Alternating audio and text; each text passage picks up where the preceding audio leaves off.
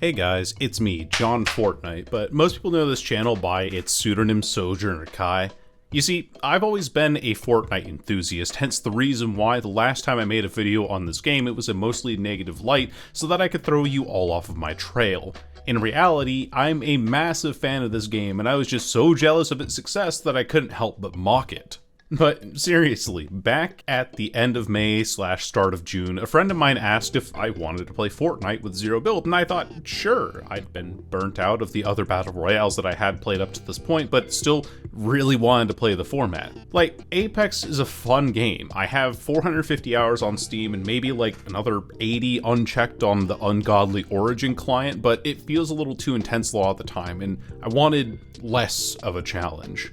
Originally, the overarching problem that I had with Fortnite was the building aspect, which is bizarre to say because that was exactly what set the game apart in the first place. They take the building away, and all that's left is a more cartoony version of COD Warzone, at which point the depth that Warzone offers in class customization and relative map size should make it a clearly superior product. But to be clear, I'm not here to make comparisons between the two and say which one is objectively better, because they're both Battle Royale titles and therefore probably a high C grade on my tier list of game genres. It's more that Fortnite in its presentation offers a far more relaxed gaming experience. You survive to the last guy and shoot anyone you see that's not your teammate with a narrow selection of weapons. Simple. The limited scope of weaponry that also relies on a tiering system is slightly contentious for me, but I honestly think that it gives me as a player reasons to do something else in the match. On one hand, the narrow weapon system with tiering means that in a heads-up gunfight, I outright lose to a weapon of higher rarity, and that's frustrating to begin with. And the limited scope of options also means that if I don't prefer the SMG, for instance, there's no alternate choice aside from the two, which I still don't know what the difference is aside from the name, the combat SMG and the regular submachine gun. But on the other side of things, the reduced weapon options means that I'm not hoping to God that I find the one that I like, since there's only so many to begin with. And as I said earlier too, it gives me other things to do in the match, and this is a really underrated aspect of Fortnite that most people really don't know about. The basic core of playing a battle royale is there, sure, but there's the option of doing mini side quests to guarantee higher loot at the cost of letting multiple people on the map know where you are. Risk versus reward kind of deal. Interacting with animals or talking with NPCs gets you items or a mount or even a low-level wingman to fire at opponents. This guy's also pretty cool. He turns me into furniture. Point is, Fortnite encourages its players to explore the map and make use of mechanics outside of just being a battle royale, giving the gameplay a nice ebb and flow. Land, shoot a guy or two, go over to this new spot or try a different strategy here, win the next gunfight, and so forth. Since my experience has been in zero build solos and sometimes duos with a friend of mine, the checklist is really simple. I don't have to worry about another 7 buttons or cranking those 90s because it's just me, enemy, aim, still working on that one, and shoot. Fortnite players in zero build are also generally pretty bad at taking cover for some reason. It's almost as if they're expecting cover to be there, but it's not there. I'm not sure why they would have that predisposition. Get behind cover. Oh, behind cover! Why are you standing? Why are you standing out in the middle of the field? I don't understand. And the mechanics that I have encountered so far don't feel unprompted or unclear. If I hear somebody coming up a zipline, I know that they'll be up in the air after they reach the end of it. If I hear somebody underneath me in a building, I know more or less where they are because the audio actually works in this game. And also because I kind of cheat using the visual audio indicators, but I've been told that all the cool kids do it. If I get shot and lose a gunfight, it's usually because I aimed poorly or positioned incorrectly. By stripping the gameplay itself down to very core elements, it's easy to isolate my mistakes and make adjustments for the next game that I play. Now, one of my biggest flaws is that I am often glued to the ground whenever I get into a close-range gunfight with someone. I know how to control recoil and can hip-fire aim at close ranges proficiently enough, but as soon as the spacebar is hit or there's this difference in height at close proximity, my brain cannot comprehend the extra math that it has to do to trace somebody in the Z-axis. I have 1,500 hours in Rainbow Six Siege. Most of my gunfights have been linear, and nobody can jump in that game mid-gunfight. Although I will say that the drum shotgun for this season of Fortnite in particular does feel unfair, whether I'm using it or if it's used against me. It's a 12-round drum, basically 0 recoil or bloom change, perfect accuracy while moving and jumping, and you can just hold down the left mouse button and run at people. no matter what rarity it is, this thing just shreds, and I'm always hoping that my opponent doesn't have one. And I think with every single recording that I have for this video specifically, I actually lost every game to someone playing the drum shotgun. But when people are using the mobility mechanics or specific guns to the greatest of their abilities, it's not something that I'm upset with. It's, oh wow, you're jumping in little arcs that are severely limited by the gameplay.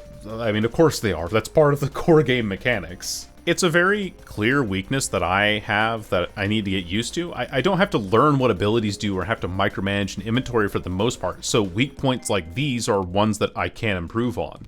And another thing that got me into playing zero build Fortnite is the relative low bar to entry. All I need to do is install the game, and then I am playing the exact same game as everyone else. There's no character abilities or need to unlock weapons. I can just load up and go. And does that make me boring? Me praising a very dumbed down fighting game for being dumbed down? I think it actually makes me boring. But I can't talk about Fortnite without addressing the elephant in the room, the Battle Pass system. Everyone knows this game for introducing and popularizing the Battle Pass system that many other games have implemented to varying degrees of success. Similar to how I won't compare Battle Royale games, I won't be comparing Battle Passes because they are a low-tier mechanic of games that are necessitated by the capitalist machine. Fortnite does make theirs pretty accessible. It's the cheapest Battle Pass that I've purchased to date. It pays for itself in the V-Bucks that you can receive from it, and the quests necessary to unlock tiers aren't all get 400 kills. I mean, those are still there, but then there's quests where you're asked to open chests at a specific spot on the map, or talk to an NPC, or do something else on the map like blow up a plant or search ice chests and coolers. And sure, playing optimally every time might get me that sick, nasty, epic gamer battle royale every time, but it naturally slows down my ability to progress the battle pass. Sections of the Battle Pass are also unlocked according to account level, and depending on performances, the player is awarded stars to unlock what slots the Battle Pass that they want. So for now, since I'm level 31, I can't unlock these higher pages yet since I'm not at that level, but I can use my stars to unlock as much of this as I want, and will get a unique uniform if I choose to fully clear a page. So far, I've also been able to unlock almost every tab anyway, so it's not like I can't get those pages. It's more a matter of if I unlock some earlier pages, I won't have access right away to other rewards that I can access with a higher account level. I'm not justifying the system at all, because I'd rather not have it plague my existence everywhere that I turn. I'm saying that Fortnite has one of the more intuitive battle passes that I've seen that doesn't make it seem like I'm grinding out stat checks at every corner. What is kind of outright scummy is how much Fortnite makes the player subscribe to the idea of FOMO. The skin that I have, I bought the day that it came out, and this recording a few days later shows that not just the bundle, but the entire skin itself is no longer available in the store, so if you wanted to buy it, you would have had to have bought it within that first 72 hours or so. And even though the skins are widely diverse for this game too, the cartoonish appearance of the settings around them make it so that it's very hard to miss players based on cosmetics. Maybe I have difficulty seeing people at a distance if they're hiding behind a tree, but that's also just normal. I've never really had trouble seeing or tracking people regardless if they're a Banana Man, a Stormtrooper from Star Wars, or Goku. Heck, I'd almost argue that wearing skins makes them easier to track because instead of having to remember base Fortnite skin characters, I now have to remember that Darth Vader is on the map. But for lack of a better way to explain it, it's funny. I don't think that the skins are an outright selling point for Fortnite, but they are what make it iconic and are what most of my friends know the game for. Ooh, what the hell? Master Chief, no! You were just sitting there! Oh.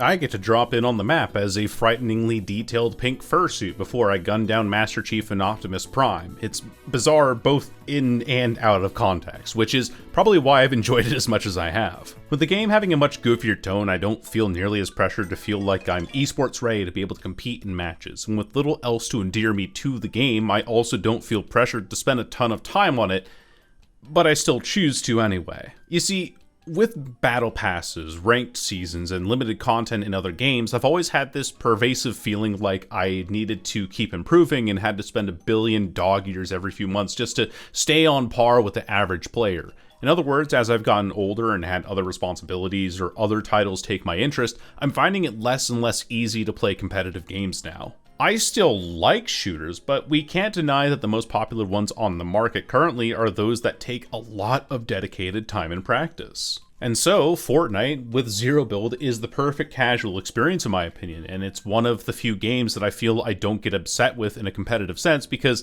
the game itself isn't all that competitive, and I really can't be getting upset at the presentation here. I'm also impressed with how much work Epic does to support its content creators. There's a fully fledged replay system with 3D angles that can be easily used for cinematics. There's a support a creator code that gives content creators a small commission whenever a purchase is made in store, and most important of all, custom game modes. The community is actively encouraged to create custom maps, and you're further encouraged to try these game modes out by some of the experience quests that you can get to, you guessed it, further the battle pass.